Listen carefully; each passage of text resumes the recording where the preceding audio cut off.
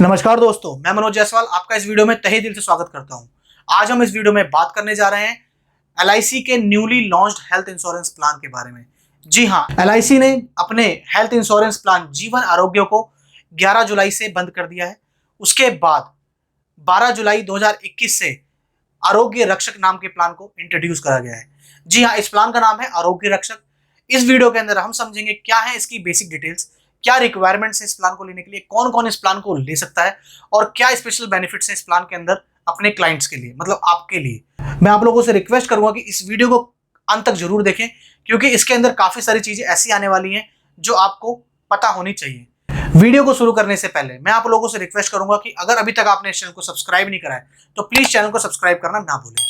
तो चलिए चलते हैं अपनी स्क्रीन की तरफ और समझते हैं क्या है आरोग्य रक्षक प्लान के अंदर खास। अब आप मेरी स्क्रीन पर आरोग्य रक्षक प्लान की प्रेजेंटेशन देख रहे हैं। इसके अंदर सबसे पहले बेसिक डिटेल्स रखी गई हैं, जिसमें सबसे पहले प्लान का नाम जो है एलआईसी आरोग्य रक्षक प्लान नाम है इसका। इसका टेबल नंबर है 906। ये प्लान मार्केट में आप सभी के लिए, मतलब सेल आउट करने के लिए और परचेज करने के लिए 19 जुलाई 2021 से अवेलेबल है। अगर हम बात करें किस तरह का प्लान है, तो ये एक family floater health insurance plan है। ये कहीं से भी मार्केट से लिंक नहीं है। इस प्लान को आप अपने पूरे परिवार के लिए एक ही प्लान के अंदर सबके लिए ले सकते हैं, जैसे कि आप खुद, आपके बच्चे, आपकी वाइफ या आपके हस्बैंड और आपका पूरा परिवार, मतलब आपके पिताजी माताजी, आप इन सबको एक ही प्लान के अंदर ले सकते हैं। अगर हम बात करें कि इस पॉलिसी के अंदर प्रीमियम कितने समय तक पे करना होगा, तो इस पॉलिसी के अंदर जो प्रीमियम पे करना है वो पॉलिसी की टर्म जो भी आपकी एज के हिसाब से बनेगी उसके हिसाब से कंप्लीट टर्म तक आपको पॉलिसी का प्रीमियम पे करना होगा।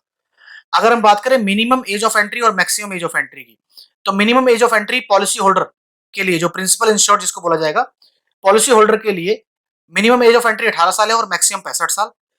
अगर बात करें स्पाउस और पेरेंट्स के लिए, तो मिनिमम 18 साल और मैक्सिमम 65 साल। और बच्चों के लिए अगर आप उनके लिए पॉलिसी ले रहे हैं तो 91 डेज के बच्चे को आप इंक्लूड कर सकते हैं। वहीं पे मैक्सिमम जो लिमिट होगी इंक्लूड करने की वो 20 साल होगी। 20 साल से ऊपर वाले बच्चे के लिए आप ये प्लान नहीं ले सकते हैं। इस चीज के अंदर आप एक चीज और जरूर ध्यान रखिएगा, आप जिस समय पॉलिसी ले रहे हो तो आपके परिवार में जो भी लोग हैं उनको जरूर इंक्लूड कर लीजिएगा, क्योंकि बिटवीन दी पॉलिसी, आपकी पॉलिसी चालू होने के बाद आप किसी को भी इसके अंदर इंक्लूड नहीं कर सकते हैं। इंक्लूड करने का सिर्फ एक ही तरीका है, या तो आपकी शादी, आप अपनी वाइफ को ऐड कर सकते हैं, तो उस केस के अंदर आपकी शादी पॉलिसी लेने के बाद होनी चाहिए। दूसरा केस होगा अगर आप अपने बच्चों को ऐड करना चाहते हैं तो आपके बच्चों की जो बर्थ डेट होगी वो पॉलिसी इशू डेट के बाद होनी चाहिए। अदरवाइज आप किसी को इस पॉलिसी के अंदर ऐड नहीं कर सकते हैं। अब हम समझते हैं इस प्लान की सीजिंग एज को। सीजिंग एज को आप मैच्योरिटी एज भी बोल सकते हो, कि सीजिंग एज मतलब इस साल के बाद जो भी एज रखी जाएगी उस एज के बाद आपको इस प्लान के बेनिफिट नहीं मिलेंगे। तो आपको 80 साल, मतलब आप जो पॉलिसी होल्डर है, प्रिंसिपल इंश्योर्ड है, उनको 80 साल की उम्र के बाद इसके कोई बेनिफिट नहीं मिलेंगे कंटिन्यू रिन्यूअल के बाद भी। वहीं पे इंश्योर्ड जो आपके स्पाउस हैं या पेरेंट्स हैं उनको 70 साल के बाद, और चाइल्ड 25 साल की उम्र के बाद उनको ये बेनिफिट्स नहीं मिलेंगे। उससे पहले तक ही उनको ये बेनिफिट्स मिलेंगे अगर वो कंटिन्यू अपना प्रीमियम का रिन्यूअल पे करते रहते हैं। पॉलिसी की टर्म इसमें सेम रहेगी, जो सीजिंग एज है उससे लेस करेंगे अपनी एज को आप, चाहे वो प्रिंसिपल इंश्योर्ड हो, चाहे वो पेरेंट्स हो, चाहे चाइल्ड हो। अब बात करते हैं ग्रेस पीरियड की। ग्रेस पीरियड इसके अंदर आपको प्रीमियम पे करने के लिए 30 डेज का मिलता है। 30 डेज के बाद रिवाइवल पीरियड आपको विद इन 5 ईयर्स, अगर आपकी पॉलिसी लैप्स हो गई है तो विद इन 5 ईयर्स आपको प्रीमियम पे करना होगा, अदरवाइज आप उस पॉलिसी को रिवाइव नहीं कर पाएंगे। लोन और सरेंडर इस पॉलिसी के अंदर अवेलेबल नहीं है। वहीं पे पॉलिसी असाइनमेंट की बात करी जाए तो हेल्थ इंश्योरेंस की पॉलिसी असाइन नहीं करी जा सकती है। बात करें मेच्योरिटी की, तो हेल्थ इंश्योरेंस प्लान है तो इसमें मेच्योरिटी आपको नहीं मिलेगी। वहीं पे इस प्लान के अंदर 2 एडिशनल राइडर आपको मिल रहे हैं, जिसके लिए आपको एक्स्ट्रा प्रीमियम पे करना पड़ेगा अगर आप एडिशनल राइडर के बेनिफिट लेना चाहते हैं।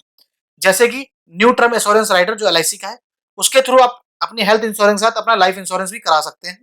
साथ में एलआईसी एक्सीडेंटल बेनिफिट राइडर, जिसका आपको एक्स्ट्रा प्रीमियम पे करना होगा। बाकी बेसिक डिटेल में आपको एक चीज और समझाना चाहूंगा कि इस प्लान के अंदर जो आपको बेनिफिट मिल रहे हैं वो आपके हॉस्पिटल के खर्चे के हिसाब से नहीं मिलेंगे। आपने जो प्लान लिया है उसके हिसाब से ही आपको आपकी हॉस्पिटल कैश बेनिफिट और आपको जो डेली एक्सपेंसेस मिलेंगे या किसी सर्जरी को लेके खर्चे, वो सारे उसके बेस पे मिलेंगे। तो आइए चलते हैं और समझते हैं कि इस प्लान के अंदर क्या क्या स्पेशल बेनिफिट्स डाले गए हैं। सबसे पहला हॉस्पिटल कैश बेनिफिट, दूसरा major surgery benefit.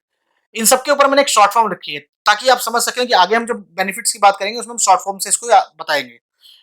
Third benefit है आपका QSB, quick cash benefit. Third आपका auto health cover. Fifth ambulance benefit and NCB, no claim bonus. Sixth रहेगा day care procedure benefit. Seventh medical management benefits. Eighth free health checkups. Ninth other surgical benefits. 10th additional rider, जो आपको मैंने आपको बता दिया है कि कौन कौन से राइडर आपको मिल रहे हैं। 11th आपको इनकम टैक्स का बेनिफिट मिलता है, क्योंकि हेल्थ इंश्योरेंस में आपको सेक्शन 80D के तहत इनकम टैक्स की रिबेट मिलती है, आप जो भी प्रीमियम पे करेंगे उसके अंदर। तो आप इस प्लान को लेकर इनकम टैक्स का भी फायदा उठा सकते हैं। और 12th, इसमें प्रीमियम वेवर बेनिफिट का भी ऑप्शन दिया गया है, मतलब आपको प्रीमियम वेवर बेनिफिट का भी फायदा मिलता है। तो एक प्लान के अंदर आपको इतने सारे ऑप्शंस मिल रहे हैं। एलआईसी ने आज के जमाने के हिसाब से इस प्लान को दोबारा से रिवाइज करा है। जीवन आरोग्य को बंद करके आरोग्य रक्षक को लाया गया है 2021 में, ताकि आप लोगों को ज्यादा से ज्यादा फायदे मिल सके। तो चलिए चलते हैं, सबसे पहले समझते हैं हम हॉस्पिटल कैश बेनिफिट के बारे में, जिसको एससीबी से ही बोला जाएगा। एससीबी आपको सिर्फ उसी समय मिलती है, हॉस्पिटल कैश बेनिफिट जो है तभी मिलेगी अगर आप हॉस्पिटल में एडमिट होते हैं ड्यू टू एक्सीडेंट और इलनेस। दूसरा केस, एससीबी जो मिलेगी आपको वो मिलती है आईडीबी के ऊपर। आईडीबी होती है इनिशियल डेली बेनिफिट, वो आपको मिनिमम 2500 रुपए और मैक्सिमम उसकी लिमिट है 10,000 रुपए। वो पर डे जो आपको मिलता है 2500 से 10,000 रुपए मिलता है। और आईडीबी जो मल्टीपल होता है वो 500 रुपए के मल्टीपल में होता है, जैसे 2500, 3000, 3500। अब आइए समझते हैं कि अगर आपके जो पेरेंट्स है, पाउस है, उनकी आईडीबी क्या रहेगी। आप जब इंश्योरेंस की पॉलिसी लेते हैं उस समय आपकी जो इंश्योरेंस की पॉलिसी जो आप अपने लिए ले रहे हैं आईडीबी, जो इनिशियल डेली बेनिफिट जो है आपका जो ले रहे हैं, अगर आप 5,000 रुपए ले रहे हैं तो 5,000 रुपए के केस में आप अपने बच्चों का, अपने परिवार का, मतलब अपने वाइफ का, अपने माता पिता का जो आईडीबी लेंगे वो या तो 5,000 रुपए होना चाहिए या 5,000 रुपए से कम होना चाहिए। आप उससे ज्यादा उसको नहीं ले सकते हैं। अगर आप एडमिट होते हैं आईसीयू के अंदर तो उस केस के अंदर जो भी आप आईडीबी आपका होगा उसका आपको मल्टीप्लाई बाय 2, मतलब अगर 2500 रुपए आपकी आईडीबी है तो उसके केस में आपको 5,000 रुपए पर डे आपको पैसा मिलता है। अब बात करते हैं कितनी लिमिट है आपकी, मतलब एक साल के अंदर कितनी बार आप, कितने दिन के आप पैसे ले सकते हैं। एक साल के अंदर आप 30 दिन का मैक्सिमम स्टे का पैसा ले सकते हैं हॉस्पिटल में। और अगर आप आईसीयू में एडमिट हो रहे हैं तो मैक्सिमम 15 दिन का, 30 दिन या 15 दिन, वो भी पर पर्सन है पर ईयर, मतलब नेक्स्ट ईयर आप दोबारा से इसको ले सकते हैं। सेकंड ईयर की बात करें, सेकंड ईयर से आपको सेकंड ईयर ऑनवर्ड्स ये जो 30 दिन का जो क्राइटेरिया है वो 90 डेज हो जाता है और आईसीयू का 45 दिन हो जाता है, मतलब उसको डिवाइड बाय 2, क्योंकि 2 दिन का आपको पैसा वहां पे आईसीयू में मिलता है। अगर मैं बोलूं पूरे लाइफ का, मतलब जब तक आपकी टर्म चल रही है उसके अंदर टोटल आप 900 डेज का आप पैसा ले सकते हैं, अप्लाई कर सकते हैं और आप उसका बेनिफिट उठा सकते हैं अगर आप हॉस्पिटल में एडमिट हो रहे हैं पूरे पॉलिसी की टर्म में पर पर्सन। और वही आईसीयू के लिए उसको डिवाइड बाय 2 कर दिया जाएगा, मतलब 450 दिनों का। अब चलिए चलते हैं और समझते हैं एमएसबी क्या है। एमएसबी एक सर्जिकल बेनिफिट है, मतलब आप अगर आपकी सर्जरी होती है तो उस केस के अंदर बेनिफिट मिलता है, बट सर्जरी भी वो मेजर होनी चाहिए। अब समझते हैं आपको कितना बेनिफिट मिलेगा, मतलब एमएसबी कितना मिलेगा। आपका जो एचसीबी होगा, मतलब हॉस्पिटल कैश बेनिफिट जो आपको मिल रहा था, फॉर एग्जाम्पल जो 2500 रुपए था, 2500 रुपए जो मिल रहे थे, 2500 को मल्टीप्लाई कर देंगे हम लोग 100 टाइम से, मतलब 2.5 लाख रुपए। अगर 5,000 रुपए है तो 5 लाख रुपए वो मिलेगा, प्लस आपको हॉस्पिटल कैश बेनिफिट मिलेगा अगर आप मेजर सर्जरी करा रहे हैं तो। बट मेजर सर्जरी कौन कौन सी है, उसके लिए 263 सर्जरीज को लिस्ट करा गया है एलआईसी द्वारा।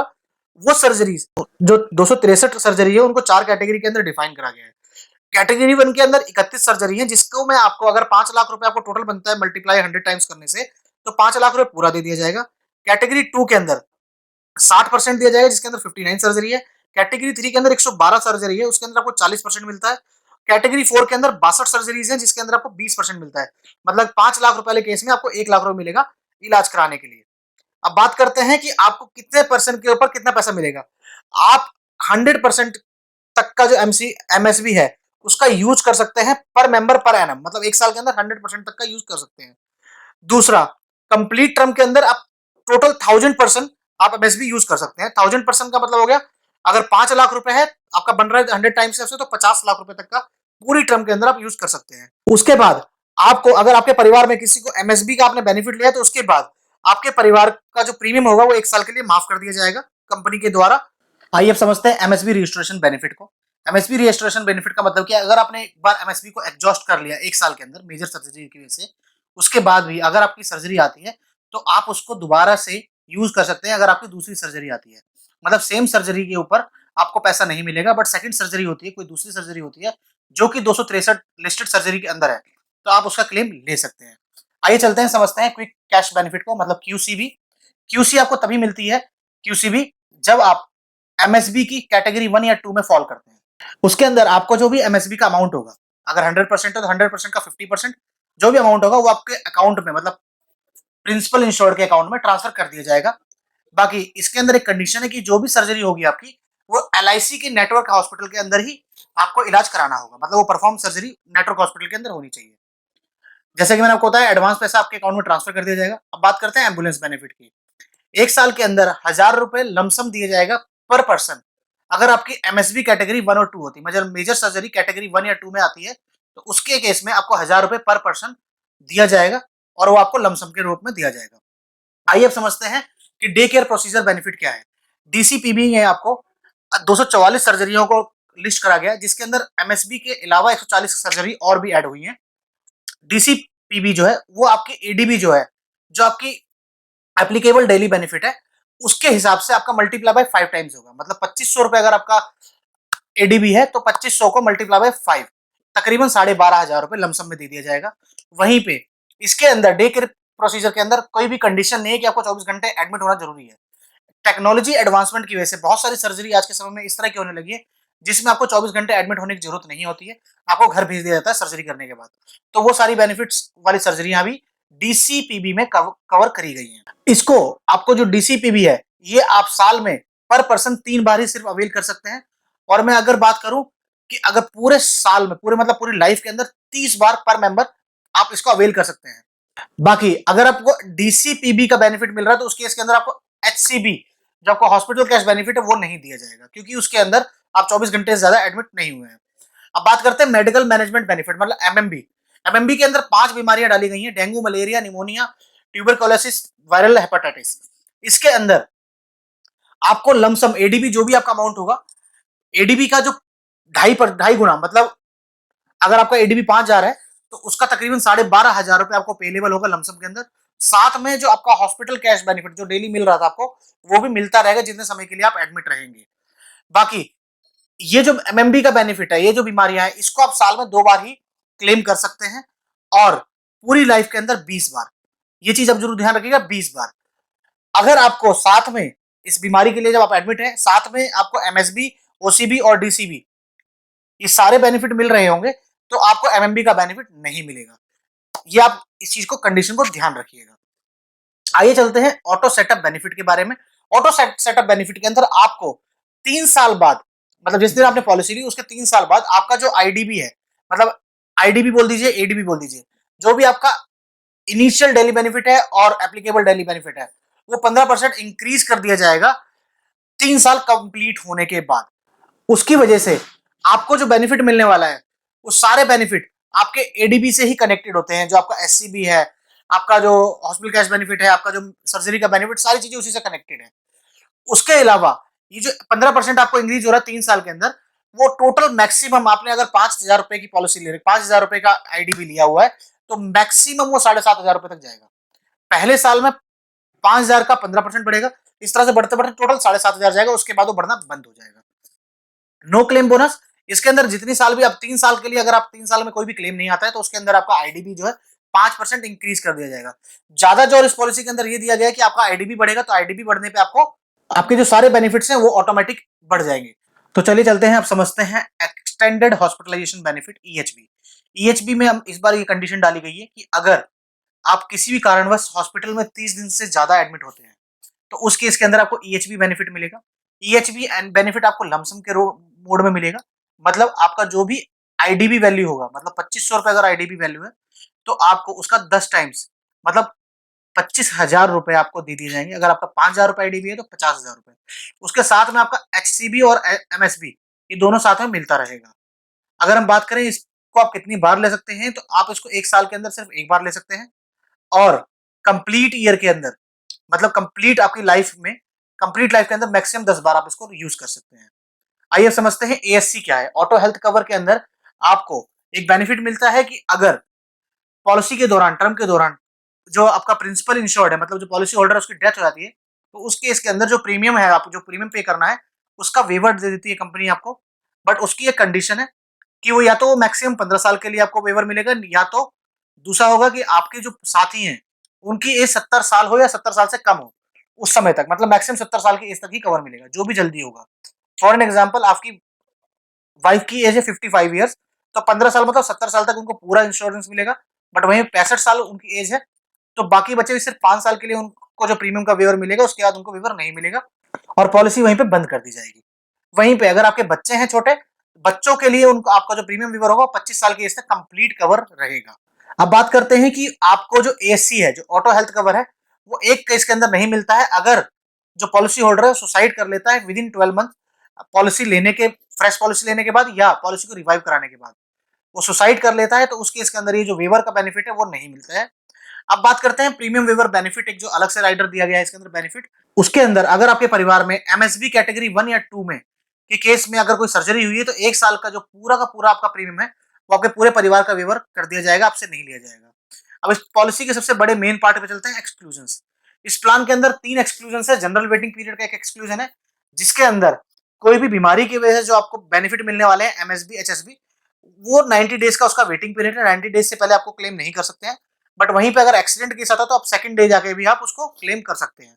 अब बात करते हैं in case of revival, policy lapse होगी, आपने रिवाइव कराई है तो उस केस के अंदर जो वेटिंग पीरियड रहेगा आपका 45 दिन का रहेगा। अगर आपकी पॉलिसी 90 डेज से कम समय के अंदर आपने दोबारा से चालू करा ली है, वहीं पे अगर पॉलिसी को लैप्स हुए 90 दिन से ज्यादा हो चुके हैं तो वेटिंग पीरियड आपका अगेन 90 डेज हो जाएगा। अब बात करते हैं स्पेसिफिक वेटिंग पीरियड की। उसके अंदर 24 ऐसी बीमारियां हैं जिसको 2 साल का वेटिंग पीरियड दिया गया है। बाद में दूसरा पॉइंट ये है कि अगर आपकी पॉलिसी लैप्स हो जाती है और उसको आप 90 डेज के बाद उसको स्टार्ट कर रहे हैं या मतलब रिवाइव कर रहे हैं, तो उस केस के अंदर जो आपका वेटिंग पीरियड 24 महीने का निकल चुका था उसको दोबारा से एक्सटेंड कर दिया जाएगा इन 24 बीमारियों के लिए। बाकी तीसरा, कोई प्री एग्जिस्टिंग डिजीज है अगर आपने उसको एलआईसी को नहीं बताया है तो वो एक तरीके से नल एंड वॉइड हो जाएगी। अदरवाइज अगर आपने बता रखी है तो उस केस के अंदर एलआईसी उसको एक कंडीशन के साथ एक्सेप्ट करती है और साथ में बता देती है कि इस बीमारी के ऊपर आपको कितना वेटिंग पीरियड रहेगा, 10 महीने, 12 महीने, 2 साल या 3 साल। तो ये थी कंप्लीट डिटेल्स आरोग्य रक्षक प्लान के बारे में। बाकी डिटेल्ड वीडियो आरोग्य रक्षक वर्सेस जीवन आरोग्य जो जा चुका है प्लान, उसका कंपैरिजन लेकर भी वीडियो हम जल्द ही आएंगे। तो अगर आपको ये वीडियो अच्छी लगी हो, प्लान अच्छा लगा हो, तो प्लीज नीचे दिए गए कमेंट बॉक्स में जाकर जरूर कमेंट करिएगा। कोई क्वेरी हो तो प्लीज नीचे दिए गए कमेंट बॉक्स में जाकर जरूर कमेंट करिएगा। ज्यादा से ज्यादा लोगों तक इस वीडियो को शेयर करिए। अगर अभी तक आपने इस चैनल को सब्सक्राइब नहीं करा तो प्लीज सब्सक्राइब करना ना भूलें। अंत में इस वीडियो को पूरा देखने के लिए आपका बहुत बहुत धन्यवाद।